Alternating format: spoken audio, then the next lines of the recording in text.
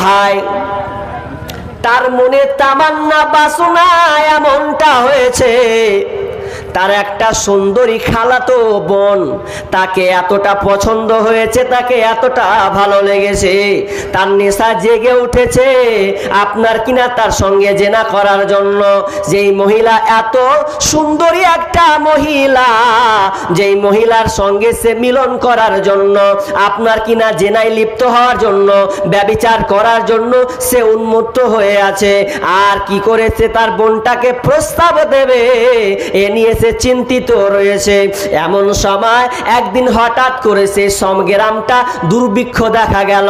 এমন দুর্ভিক্ষ হলো, খাবার নাই, খাবারের অভাব অনটন পড়েছে, যে খাবার খেয়ে মানুষ বাঁচবে কোনো খাবার নাই। সেই দিনদারি মহিলা, আল্লাহওয়ালি মহিলা একদিন ওই খালাতো ভাইয়ের কাছে বলছে, ভাই রে তুমি কি আমাকে কিছু খাবার দেবে, যে খাবারটা দিয়ে আমার জীবিকা নিবারণ করব। আমাকে তৃষ্ণা লেগেছে, কোনো খাবার নাই, মহামারী উঠেছে, দুর্ভিক্ষ দেখা দিয়েছে, অতএব কিছু যদি খাবার আমাকে দেওয়া হয় তো আমি এখান থেকে প্রাণে বাঁচি। এবার সুযোগ পেয়ে ওই খালাতো ভাই ওই বোনকে বলছে, বোন রে আমি তোকে খাবার দেব, আমি তোকে কিছু রুজি রুটি দেব, কিন্তু আমার একটা শর্তকে মানতে হবে। কি বলছে ভাই বলো তোমার শর্ত কি? বলছে আমার শর্ত হচ্ছে তোমার সঙ্গে আমাকে আমার সাথে নির্জনে মিলতে হবে, আমার সঙ্গে ব্যভিচারে লিপ্ত হতে হবে, আমার নির্জনে আমার ঘরে তোমাকে আসতে হবে। এবার মহিলা বলছে কখনো না, এটা আমি করতে পারি না, এটা আমার দ্বারা সম্ভব নয়, এত নোংরা কাজ আমি করতে পারবো না। তখন তিনি ওই বোনটা ফিরে যায়, কিছুদিন পর কোনো খাবার পায় না, আবার ওই ভাইটার কাছে এসে বলছে, ভাই রে তো আমাকে একটু খাবার দে, প্রাণে বাঁচার চেষ্টা করে। তো বলছে দেব, একটা শর্তে দেব, এই শর্ত যদি আমার পূরণ করে দিস তাহলে আমি তোকে এর বিনিময়ে কিছু খাবার দিতে পারে। এবার কোনো ক্রমে কোনো মহিলাটা কোনো পথ না পেয়ে, কোনো রাস্তা না পেয়ে ছেলেটার সঙ্গে রাজি হয়ে গেল। রাজি হওয়ার পর ছেলে তো খুশিতে আটখানা, আহারে আমার বোন রাজি হয়েছে, আমার খালাতো বোন রাজি হয়েছে, আমি তাকে নির্জনে নিয়ে চলে যাব। এবার বলছে বোন চলো তাহলে নির্জনে চলে যায়, একটা নিরালা নির্জনে চলে যায়, কেউ থাকবে না, তুমি আর আমি ছাড়া। এবার যখন চলে গেছে দুইজনে যাওয়ার পর এবার বলছে, তো বলছে কি করতে হবে? তো বলছে এবার তুমি কাপড় খুলো, আমিও কাপড় খুলে দেই। দুজনে কাপড় ন্যাঙ্গা হয়ে গেলেন। অ্যাডাল্ট মহিলা, যুবক যুবতী মহিলা, তার পরনে কাপড় নাই, এর কাছেও কোনো কাপড় নাই। ভালো করে শোনেন, ওর কাছেও কাপড় নাই, এর কাছেও কাপড় নাই, দুজনেই ন্যাঙ্গা হয়ে আছে। আর এমন সময় তারা দুজনেই এমন ভাবে লেগে ধরেছে, একটা ইট আর একটা ইট মশলা দিয়ে যেমন লাগিয়ে দেওয়া হয়, আর ওই ঠিক তেমনি ভাবে ওই দুজন, একজন মহিলা আর পুরুষ, ওই ভাই বোন, তারা খালাতো ভাই খালাতো বোন আপনার ইটের মতন জমাট বেঁধে গেছে। আর ওই সময় বোন বলছেন ইত্তাকিল্লাহ, আল্লাহকে ভয় করো রে ভাই, এখনো সময় আছে, আল্লাহকে বলে ভয় করো। যেমনই বলো আল্লাহকে ভয় করো, ওই ভাইটা তৎক্ষণাৎ ওখান থেকে লাফিয়ে নিচে পড়ে গেছে। কি এমন একটা খবর দিলে, কি এমন একটা খবর তুমি আমাকে শোনালে যে আল্লাহকে আমাকে এখানে ভয় করতে হবে। যেমনই বোন আমাকে বলেছে আল্লাহকে ভয় করো রে, তখন আমার দিলে কেন কি জানে ধাক্কা দিল, এমন ধাক্কা আমার মধ্যে আসলো যে আমি ওখান থেকে পড়ে গেলাম। অথচ একটু ভেবে দেখেন ঘটনাটা, একটু আপনার মাথায় নেন। এমন একটা নির্জনে চলে গেছে, দুজনের কাপড় নাই, কাপড় নাই, ন্যাঙ্গা অবস্থায় আছে। এরপরে আল্লাহর ধাক্কা তার বুকে এসে লেগেছে যে আল্লাহকে ভয় করতে হবে। তখন ওই ছেলেটা তওবা করে ওখান থেকে চলে গেলেন। এবার আপনাকে আমি বলতে চাচ্ছি যে তারা যদি তাদের ঈমানি জাজবা দেখেন, আল্লাহকে ভয় করে তারা নিজেকে কন্ট্রোল করে নিয়েছেন, অথবা অথচ মুসলমান, আমরা নিজেকে মুসলমান দাবি করছে, অথচ দেখবেন আজকে ছেলে মেয়েরা আপনার কিনা প্রেমে লিপ্ত হয়ে গেছে, আপনার ক্রাসে তারা পড়ে গেছে, এটাকে তারা আধুনিক স্ট্যাটাসে পরিণত করেছে। তারা জানলো না যে তোদের ক্যাসেটটা কিয়ামতের মাঠে চালু করা হবে, কোনখানে ছিলি, কোন স্টেশনে ছিলি, ওখানে সব দেখানো হবে। এটা তোদের বেরেনে নাই, বেরেনে নাই কি থাকবে? যা মোবাইল আপনাকে দিয়েছে, মোবাইলে প্রেমে মুগ্ধ মারা হয়ে গেছে, এমন প্রেম মারা হয়ে গেছে। মোবাইল আসিল কি দোলা লাগিল, পড়াশোনায় মন বসে না। মোবাইল আসিল কি দোলা লাগিল, পড়াশোনায় মন বসে না। পেটে ভাত নাহি যা, পরন কাপড় নাহি থাক, পেটে ভাত নাহি যা, পেটে ভাত নাহি যা, পরন কাপড় নাহি থাক, মোবাইল ছাড়া পোলার দিন চলে না। মোবাইল আসিল কি দোলা লাগিল, পড়াশোনায় মন বসে না। মোবাইল আসিল কি দোলা লাগিল, পড়াশোনায় মন বসে না।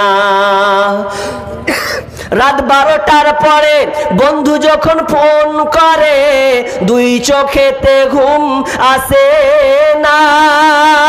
রাত 12টার পরে বন্ধু যখন ফোন করে, দুই চোখেতে ঘুম আসে না।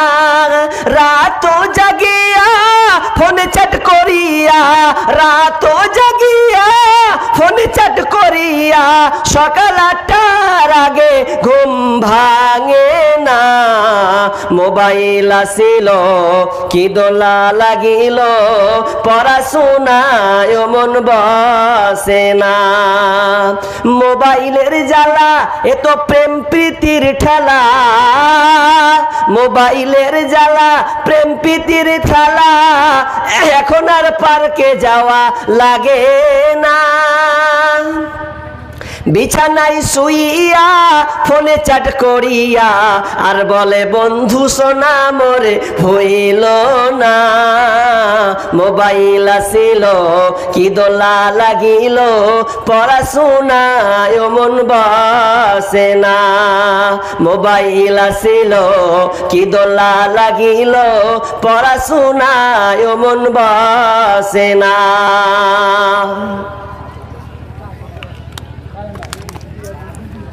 অথচ দেখবেন এই মোবাইলে ভাইরাস হওয়ার এমন হয়েছে, আপনার মেয়েকে মোবাইল ধরিয়ে দিয়েছে সরকার, আপনি বোঝার চেষ্টা করেননি।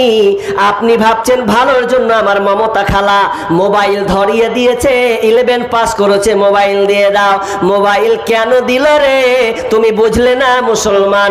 মোবাইলটা দিল তো বলছে অনলাইন ক্লাস করার কারণে, তো বলছে অনলাইন ক্লাস নয়, অনলাইন প্রেম করার কারণে মোবাইলটা দেওয়া হয়েছে। আপনি তালাশ করছেন না, আপনি তার ফোন চ্যাট আপনি চেক করুন, হোয়াটসঅ্যাপ আপনি চেক করুন, আপনি সমস্ত কিছুকে তদন্ত করে দেখেন। এই মোবাইলের কারণে আপনার বোন আপনার মেয়ে আজকে জেনায় পড়ে গিয়ে তার জীবনটাকে ধর্ষণ নষ্ট করছে, এমন ভাবে নষ্ট করছে বলার কথা নয়। আপনাকে নিউজ শোনাচ্ছি, এবিসি নিউজ অনুযায়ী, এবিসি নিউজ অনুযায়ী প্রতি বছরে 5 লক্ষ শিশু হত্যা করা হয়। 10 মিনিটের আবেগ মাগো 5 মিনিটের মন, কে তুমি মা দেখতে দিলা না এই পৃথিবীর মুখ। জোর করে আসিনি ক তোর শরীরে আমি, পৃথিবীতে নাকি সন্তান হয় মায়ের কাছে দামি। তবে কেন সুখের ভুলে আমায় পেটে নিলা, সুখের শেষে কেটে ছিঁড়ে আমায় ফেলে দিলা। একদিন তুমি আমার কাছে, একদিন তুমি আমার কাছে আসবে ঠিকই মাগো, কি বলবে আল্লাহর কাছে জমা করে রাখো। আমি তো বেঁচে গেছে, বেঁচে গেল মান, নইলে লোকে বলতো মরে অবৈধ সন্তান। একটু অবৈধ সুখ পেতে মা, একটু অবৈধ সুখ পেতে মা আমায় পেটে নিলে, কলঙ্কের ভয়ে তুমি আমায় ছুঁড়ে ফেলে দিলে। তোমার মাও করতো যদি তোমার সাথে এমন, তোমার মাও করতো যদি তোমার সাথে এমন, বুঝতে মাগো সেদিন তুমি মৃত্যুর যন্ত্রণা কেমন। ও বনুরে, ও আমার বেটি রে, ভালো করে শুনে নাও, তুমি এই জেনায় পড়ে তোমার সতীত্বকে তুমি নষ্ট করিও না, তোমার এই যৌবনটাকে নষ্ট করিও না, তোমার যৌবনে তুমি মূল্য দাও। এই মূল্যটা এই জন্য দেবে, তোমার পেট থেকে দামি দামি জিনিস পৃথিবীতে আসবে। এটা তাল গাছ আসবে না, এটা আমের গাছ হবে না, তোমার পেট থেকে আল্লাহওয়ালা, যেখানে নবীর জন্ম হয়েছে, সাহাবীর জন্ম হয়েছে, তাবির জন্ম হয়েছে, মাস্টার আসবে, ব্যারিস্টার আসবে, উকিল আসবে, এমএলএমপি আসবে, ভালো ভালো আলেম পয়দা হবে।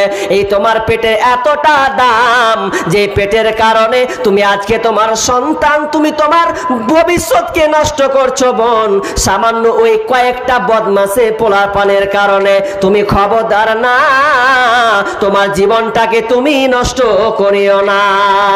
বেহায়াপনা দিবস নামে চলছে বেঈমানি, হীরার চেয়ে দামি জিনিস হারায় অনেকে নারী। বেহায়াপনা দিবস নামে চলছে বেঈমানি, হীরার চেয়ে দামি জিনিস হারায় অনেক নারী। দুষ্টু ছেলের মিষ্টি কথায়, দুষ্টু ছেলের মিষ্টি কথায় পরে নারী ফাঁদে, সব হারিয়ে বোনটি আমার বসে বসে কাঁদে। প্রেমের নামে চলছে এখন অশ্লীলতার ছোঁয়া, কতক মনে নারী সম্মান পান্তা ভাতার মোয়া। নারী তুমি সম্মানিতা, নারী তুমি সম্মানিতা, সব ঘরেরই আলো, লাগলে ছোঁয়া পঙ্কিলতার জীবন হবে কালো। ও মহিলা, ও আমার বোন, তোমার যৌবনের দাম যে এত, বিশ্বনবী বলছেন এটা এমন একটা মেয়ে, বিশ্বনবী বলছেন আলমারুআতুল আওরাত, আলমারুআতুল আওরাতুন, বিশ্বনবী বলছেন মেয়েরা হচ্ছে ঢেকে রাখার বস্তু, ওরা ঢেকে রাখবে, ঢেকে রেখে তার জীবনটাকে সে চালাবে। জেনা এখন হাতের কামাই, হাতের মামুলি ব্যাপার, এটা কোনো কিছু নয়। আপনার ঘরে জেনা হচ্ছে, আপনি ঠেকতে পারছেন না। আপনার বৌমা, আপনি নিয়ে এসেছেন বাড়িতে, আপনার বড় ছেলের ভাত খাবে না, বলছে আমি এর ভাত খাবো না, আমার ছোট দেওরের ভাত খাবো। কি বলছিস বল? শ্বশুর বলছে থেপড়া লাল করে দেবো, বুঝে থেপড়া লাল করবে মানে তোমার এটাও বেটা, এটাও বেটা, ওকে বাদ দিনু, তোমার ছোটটাকে লিনু, কি অসুবিধা আছে? ঘরই তো আছি, পালিয়ে গেছি, ওটা বাদ, এটাকে নিলাম। এ হচ্ছে অবস্থা জেনা বর্তমানে। অথচ উচিত ছিল যেই মেয়েটা বিবাহ করার পর, যেই ছেলেটা বিবাহ করার পর জেনায় লিপ্ত হবে, তার ঠিকানা হচ্ছে কি, যে তাকে কি করতে হবে? রজম করে দিতে হবে, তার পৃথিবীতে বাঁচার কোনো পথ নেই। আসলে আমরা পশুর চাইতে নিকৃষ্ট হয়ে গেছি, পশুর চাইতে অধম, পশুর চাইতে নিকৃষ্ট হয়ে গেছি। কত নিকৃষ্ট হয়েছি জানেন? আপনাকে আমি একটা বুখারী রিওয়ায়াত বলি, যেহেতু আমি বক্তব্যটা আমি আস্তে আস্তে বিষয় শেষ করছি, কারণ মানুষ সবাই পালিয়ে গেছে। রাত